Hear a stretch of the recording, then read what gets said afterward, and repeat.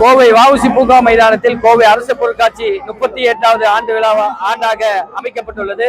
இந்த பொருட்காட்சியிலே கேளிக்கை பகுதிகள், ராட்டினங்கள், நல்ல பொழுதுபோக்கு அம்சங்களோடு அமைக்கப்பட்டுள்ளன.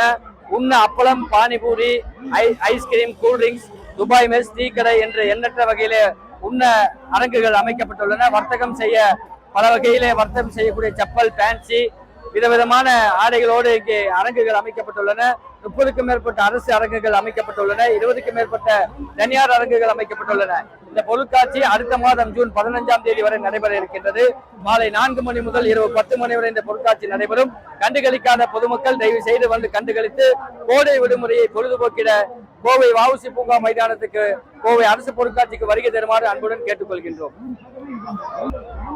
தயவு செய்து மறந்து விடாத கோவை வாழ் மக்களே, அடுத்த மாதம் ஜூன் 15 வரை இந்த அரசு பொருட்காட்சி நடைபெறுகின்றது. கண்டுகளிக்காதவர்கள் தயவு கூர்ந்து வந்து கண்டுகளிக்குமாறு அன்புடன் கேட்டுக்கொள்கின்றோம். குழந்தைகளுக்கு 10 ரூபாயும் பெரியவர்களுக்கு 15 ரூபாயும் இந்த டிக்கெட் இங்கே விற்கப்படுகிறது. கண்டுகளிக்காத பொதுமக்கள் தயவு கூர்ந்து வருமாறு கேட்டுக்கொள்கிறோம்.